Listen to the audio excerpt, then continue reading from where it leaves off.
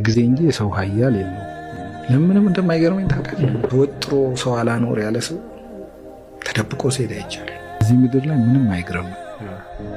ምንም የጊዜ እንጂ የሰው ኃያል የለው። በእኔ እስካሁን በመጣሁበት ኤክስፒሪየንስ ከምር ነው። ምንም አይገርመኝም።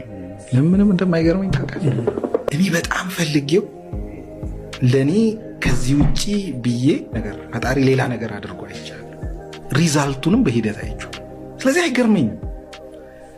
በጊዜ ውስጥ ደግሞ ምን አይቻለሁ መሰለህ? በጣም በቃ ተወጥሮ ሰው አላኖር ያለ ሰው ተደብቆ ሲሄድ አይቻልም።